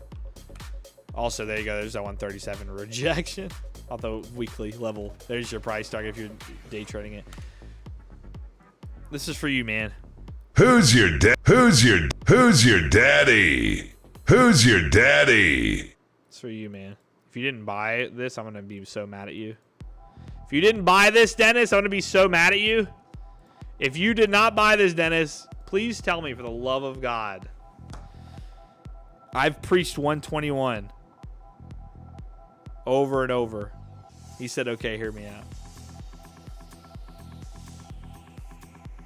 Any views on Pepsi tomorrow? We can look at it. I've preached this level, bro. We're going to be live in the morning again, guys, by the way. 121 on Solana. Can't tell you how many times that I've told people on stream that that's the level, man. If you're looking to buy potential longs, that's it. Why are you buying 70K worth at 160, dude? Oh, man. Going into September, you're going into like the bear market. You're going into the bear month.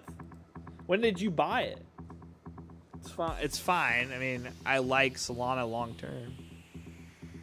You gave up. What do you mean? Are you holding it? Can you buy now?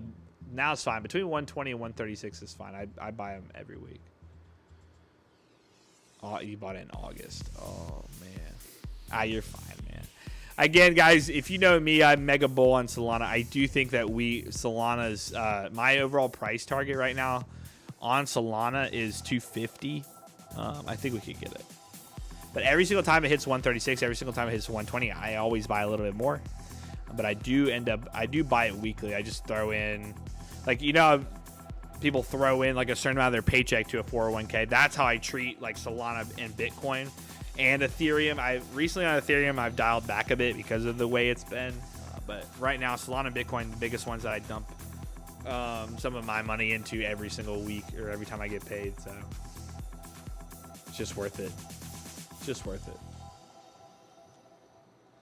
I thought we'd go down to 100, man. They want Pepsi for tomorrow. Let's see. All right, guys, we'll do. I'm so used to doing crypto on this stream.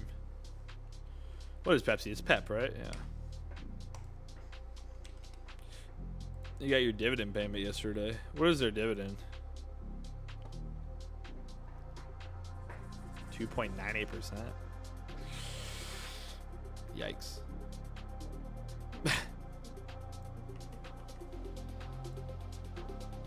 What is theirs? 2.4. That's not too bad, actually. I always forget what's a good dividend percentage this time of this day and age. I guess 2.9% isn't that bad.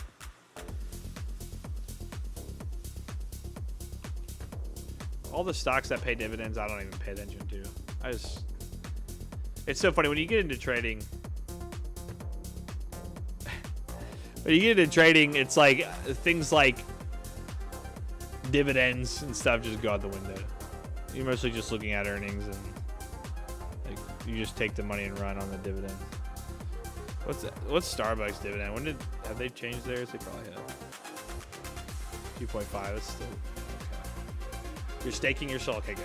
Yeah, staking. There you go. That's worth it. All right. Let's go to Pepsi.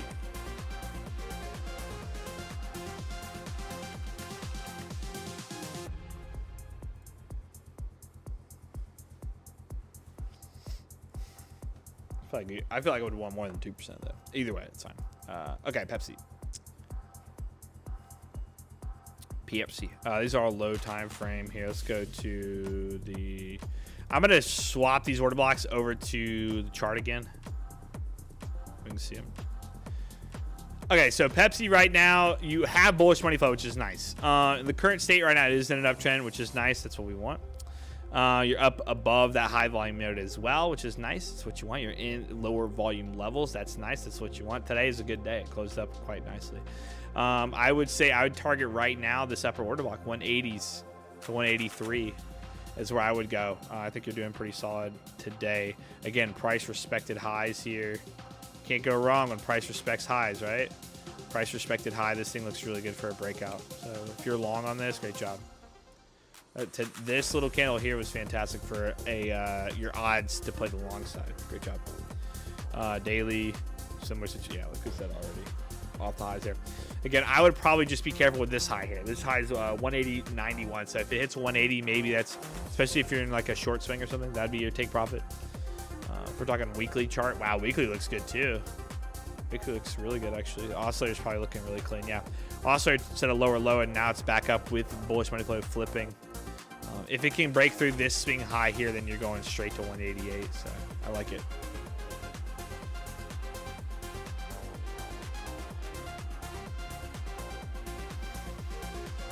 Pepsi for tomorrow. I like it to the upside, man. I think you're looking good. Let's go back to Bitcoin. Oh, buddy boy, look at my Bitcoin go. Let's go, guys. If you're following my X account, we are now have fully called a 7% move since Sunday. So suck it. For real though. 7% move from Sunday. So suck it. Again, I'm going to be posting. Dude, you guys are awesome. Let's go. Thank you for the follows. Bitcoin. I'm going to be posting Sunday analysis on Bitcoin. We literally discussed on Sunday. Here's my Sunday chart. One more time, suck it. 54K bounce if we had the weekly close. We are looking for that 58K retest as stated here. Here we go. Let me read this out in a really annoying voice for you.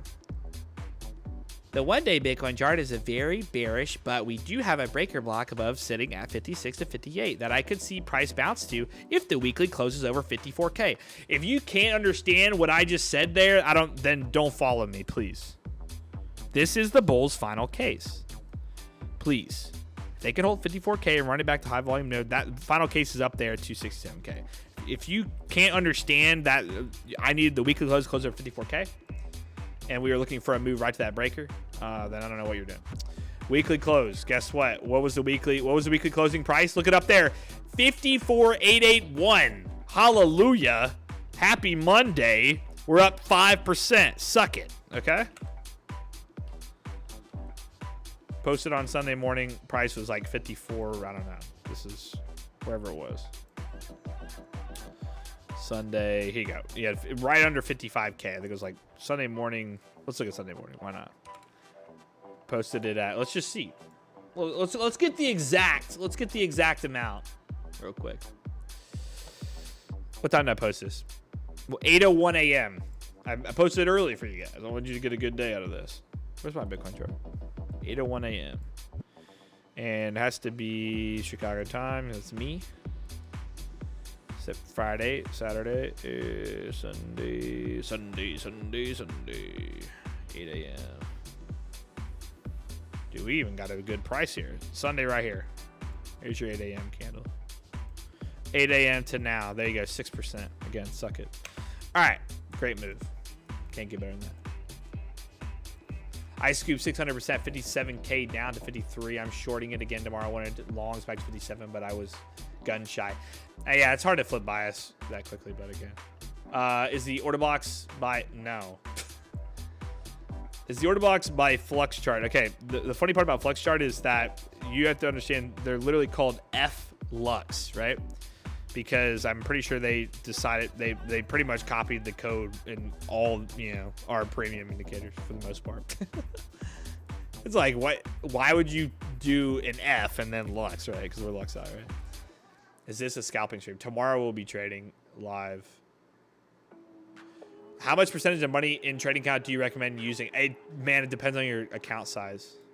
If you have, let's say if you have a 10K account, I would trade 1%. Is this live? Yes. It is live. SEAL Team Rick. That's a cool name, actually. SEAL Team Rick. Yes, I was using the order. I was using the price action concepts indicator by LuxAlgo because this is a LuxAlgo stream. Are they cheaper? Asking for a friend. Dennis, it doesn't. Dude, we were the #1 in this space, by the way. We've been OGs for every single indicator that you've seen that's been recreated. It's all because of us. Now, theirs do not calculate the ways ours do. They're actually 100 times better than just random data they put on there. Tomorrow, I'll be live at 9 a.m. Eastern. Or, no, 10 a.m. Eastern. I like to wait till 10 a.m. Potentially. Between open and 10 a.m. So the first 30 minutes of market open. This is the price action concepts. Sunday was too easy. Bro, not everybody has looked at these markets all together, man. Again, I'm just trying to provide good value. Make it easier for people, okay? I'm glad that it was easy for you. It's not always easy for everybody, Yassine. I appreciate you, though. I ain't got no beef with it being easy. That's why I'm trying to show you how easy it can be, brother. Main focus tomorrow is going to be ES and NQ futures. Why did we flip so hard up today? It's most of that weekly close, and then also the overall markets were at an extended downside. So I feel Bitcoin dominance has reached its peak this cycle, potentially. There always can be new highs, right? What do I trade? If we're talking specific trade, it's ES and NQ futures. That's it. I buy Bitcoin, I buy Solana, and I buy Ethereum when it's not sucking. I mostly buy just Bitcoin and Solana right now because Ethereum is sucking. But I only trade ES and NQ futures. Gold, meh. Who wants to buy something? Who wants to trade something that? Who wants to trade something on gold that only moves like 0.5%? Just kidding. But for reals, if I ever trade gold, I'll trade gold futures. Why do I don't like trading gold? Was that not clear? Oh. I don't know, man. I haven't been. This is why I don't like trading gold. Look at this. I will say there is a plus side to this. I mostly just do it as a joke, but I say it as a joke. I don't trade it much. I do like it though. I'm a fan, but I don't want to trade it, to be honest. I'm not gonna say I don't like it. It can be very choppy. News is a huge effect on it, which is annoying as much as it moves. But I will say the structure on it can be really clean. There are times I do like it more than others, but I don't trade it often. Structure's super clean on it though sometimes. Just NQ and ES. If you're in the US, you understand. There's nothing like it. Currently down on my Nvidia. Do I sell or hold? Hold it. I don't know where you're at on Nvidia, but again, Are you short NVIDIA? I honestly think anywhere around that $100 price is pretty solid. We have the CEO talking this week. Here's your 618, by the way, guys. This is another reason why we could have a nice bounce back tomorrow. Apple had their event today. They were down. Look at that. Wow. Look at that candle. Incredible. Lower high, though. But let's see. How does it play? I like to trade the S&P 500. I should just say S&P 500. It's the ES, but S&P 500 mini futures and the NASDAQ futures. Lovely 50% bounce on the NASDAQ, like I said. All right, guys. Before we go, hear me out. We need to concoct something. Tonight, Jets versus San Francisco. Who you got? Jets versus San Francisco. Who you got? If you say Jets, get out of the stream. I'm currently long bought for last year on what? What's the pros of trading indexes compared to the... You want to trade futures. I wouldn't trade the indexes, San Francisco. Of course, obviously, S&P is an index, right? NASDAQ is an index. But trade the future side. Don't trade SPX options. You still get the benefit of, you still get somewhat of a tax benefit, but, if you're going to trade the actual S&P, just trade the futures. Your tax benefit is 10 times better than the actual SPX. San Francisco, duh. All right, so we're going New York Jets money line. Just kidding. Okay, hear me out. If you guys want to guarantee money, I'm not going to pay you back if this doesn't hit, but Christian McCaffrey minus 170, are you joking me? Are you honestly, just put as much as the highest wager you can make, 42,000. Put as much as you can put on this. That's it. There you go. Funded account. Funded account. There's no way. There can't be. It can't be that this man does not get in the end zone tonight. Right? Or am I wrong? You could ball it up with Breece Hall there, but there's just no way. 170, that's crazy. You're not going to get these odds at all this season. He's questionable, right? He is questionable. No way that man doesn't play, though, right? CMC.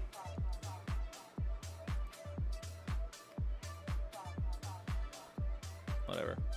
San Francisco is back in action tonight. And let's see. Doubtful. Wait, no, that's not real. Hold on. He's got to play, right? I haven't placed the bet yet, thank God. But why would they?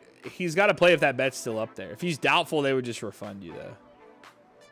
I'll probably type in CMC and that pops up, right? I'd be shocked if the man doesn't play. I know he was questionable. He's still questionable. Maybe if I log into fantasy, it'll give me a better breakdown. It was a calf. Yeah. Calf Achilles. But he expects to play and handle something close to normal workload. 7 hours ago. Why the hell does that other one say doubtful? What do you... It'll refund your money. Again, though. All right, here we go. Let's be honest. I'm not going to take San Francisco money line just because, even if I were to think that would happen, we might as well just play. Guys, also, don't tell anybody this. The books might be watching on the live. No, they won't. This is it, man. So this weekend, I placed a $5 bet on every single team to have a special teams touchdown. I placed $5 bet on every single one. You needed one to hit for it to make a tiny bit of profit, but the more that hit, the crazier it got. 3 of them hit. 3 of them hit. We had the new kickoff rules. What a great idea was that? That was my favorite idea ever. We're going to see how it does next week. I'm going to keep doing it until it fails. 3 hit yesterday. We had 2 TD returns. 1 happened to be on my team, sadly. Or 2 punt returns. 1 happened to be on my team, sadly. And then we had 1 kickoff return. I'm going to be playing this tonight, you best believe. But clever idea. The new kickoff rules, dude? Oh, okay. Get out of here, Dennis. There's just a different kickoff. It's just so more will return it. That's why. All right.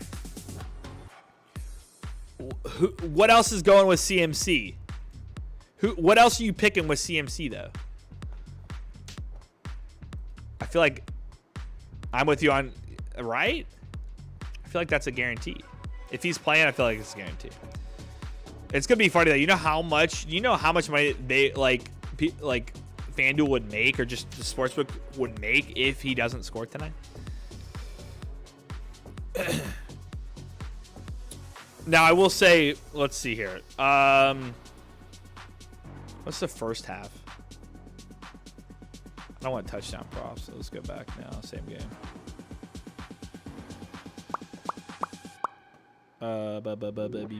First half. First drive result. Gosh, there's so many. First half winner. Let's do first half spread. Yeah. There you go. Now that's a bet I like there. There you go. Almost at 1.5 to 1. First half spread. 49ers 2.5. I feel like they'd be up. Only 3 points for that to get minus 125. You get 3.5 on the first half spread, and then 2.5 on the first half spread, and then Christian McCaffrey to score. That's 1.5 to 1. If you have the boosted odds, so you can boost it, or boosted token. What are his yardages at right now? Let's do what is it? Rushing props. 70. What did he average last year? What did he average a game last year? Do we know?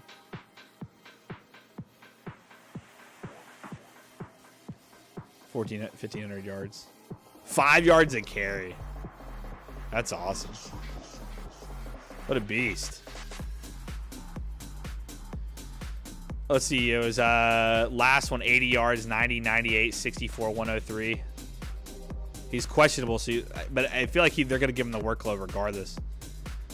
145, 93, 114, 78, 95. It only needs 72. There you go. Add that to the docket too. There's no way he doesn't play this whole game. It didn't seem that bad of an injury.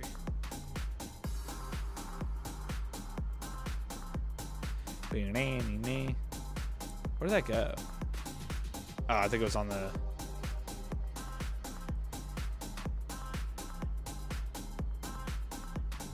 Where was I just looking at that?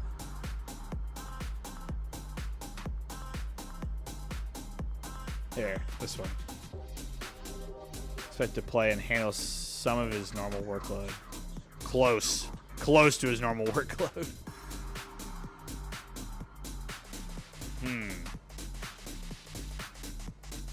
I like Breece Hall over his yards though. They'll at least pound it with Breece. What's hold on.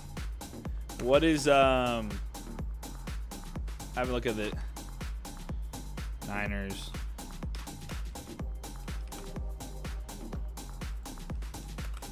Oh, wrong word. Niners rush defense. What was their stats last year? What was their ranking on rushing? First. Yikes. All right, never mind. Yeah, screw that. God dang it. How are they? That's insane. Wait, no, that doesn't seem right. There you go. Never mind. They weren't. I don't know why why was that filtered that way? Weird. So they weren't actually. Never mind. Bitcoin's back down now. Came into a key level. Oh, look at him making me look. Believe it or not, but field goals are low-key a banger. Like, what do you mean, over on field goals or something? On week 1 field goals, honestly, yeah, you're probably right.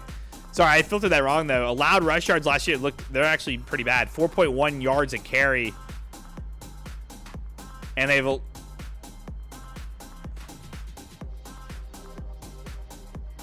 It's not bad, actually. 49. Dang. Longest, 49.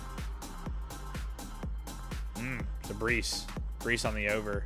I think Breece on the over would be good. I think he could actually have a touchdown as well tonight. You could take both of them. That's our almost 10 to 1 already.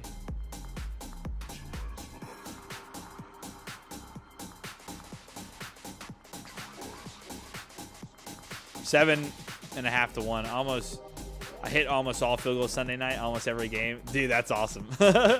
Yeah, the field goals are good, especially on week 1. And honestly, last night was good for them as well.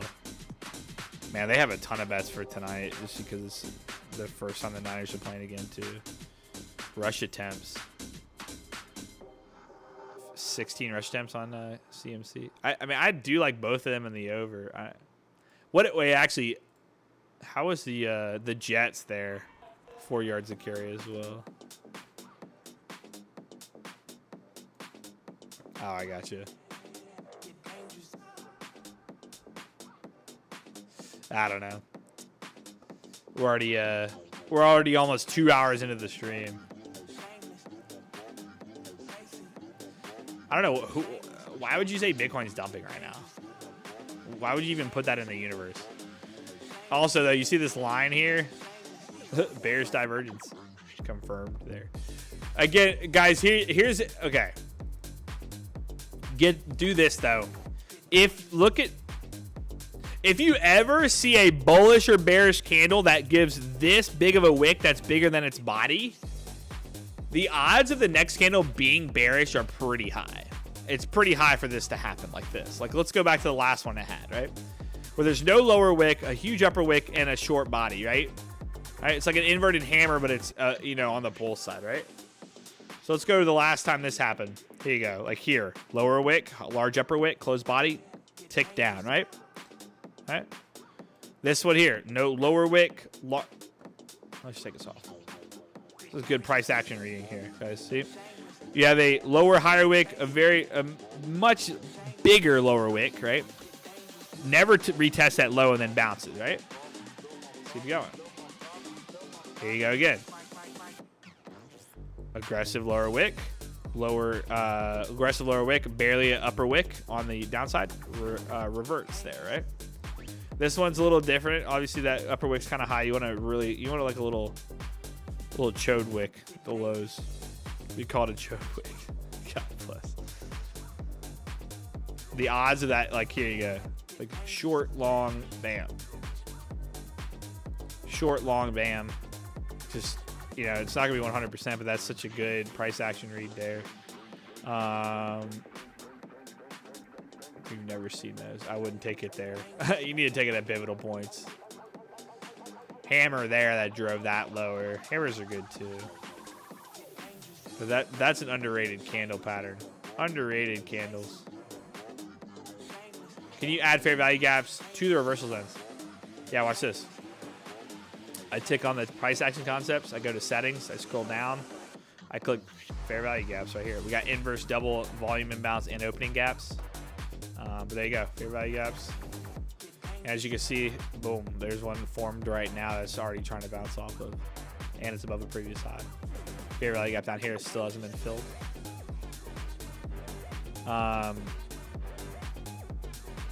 For those of you that trade inverse, though, I know that's a very popular one right now. For those of you that trade inverse FVGs, we also have a free indicator for that too.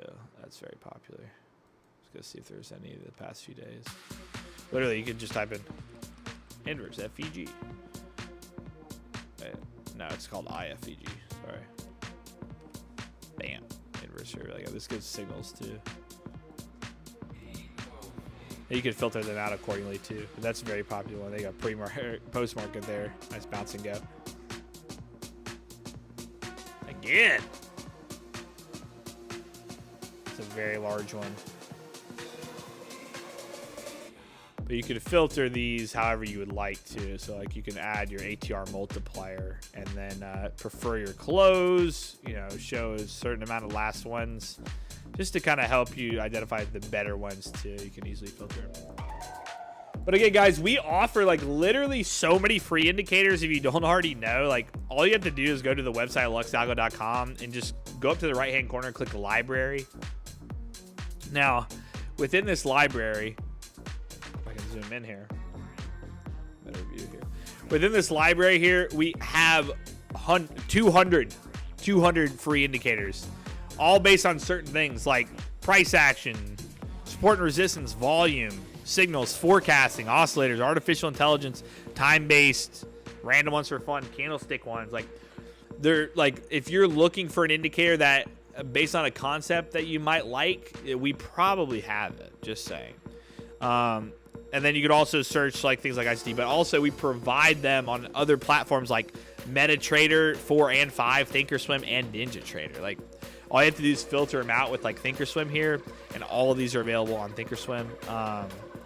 But all of them eventually will be coming to all the platforms. It just depends on if we can. We have 51 on Thinkorswim.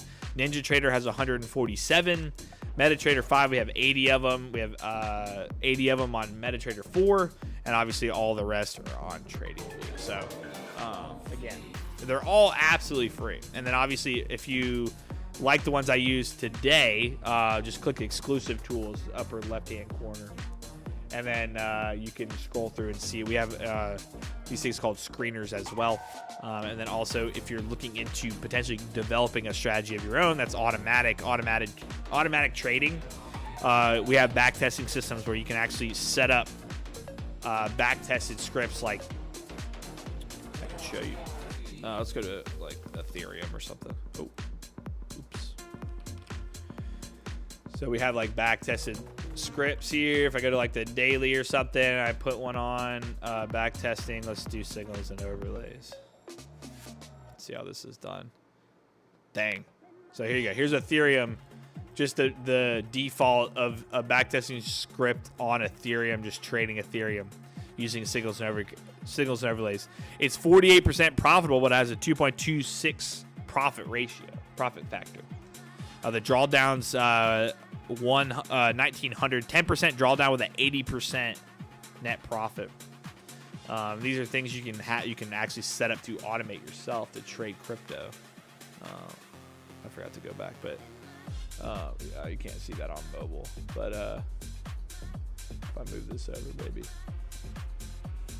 But this is just another addition to, if you want to get more in depth with everything, you can. We have these for all of our all the premium indicators. Where is that? There you go. Here, I forgot. I'll show this. I'm not gonna even do that actually. I can do it this way. But there you go. So there you go. It's like you have 80% versus the 10% drawdown, but only 48% profitable. So this can even show you that you technically don't have to have a percent profitable strategy to be like have a successful strategy, right? It doesn't have to be like 180, 80% or 7%. It just, your profit factor has to line up with your drawdown. So it's like, how long does it take you to get this level in PineScript? So we have a massive team of the best developers on TradingView that are now on our team. I'm not a coder. I do marketing and these live streams with you guys. I'm a trader as well, so that's why I do the streams, because I'm on top of using all the indicators. I'm also trading, also editing, also I don't even know, helping with ideas on indicators, connecting with people for new indicators. I mean, whatever it may be on the marketing side, I'm involved with that. Can we take a look at gold? I'm way past my stream time, man. Hey, Marius, 1 second.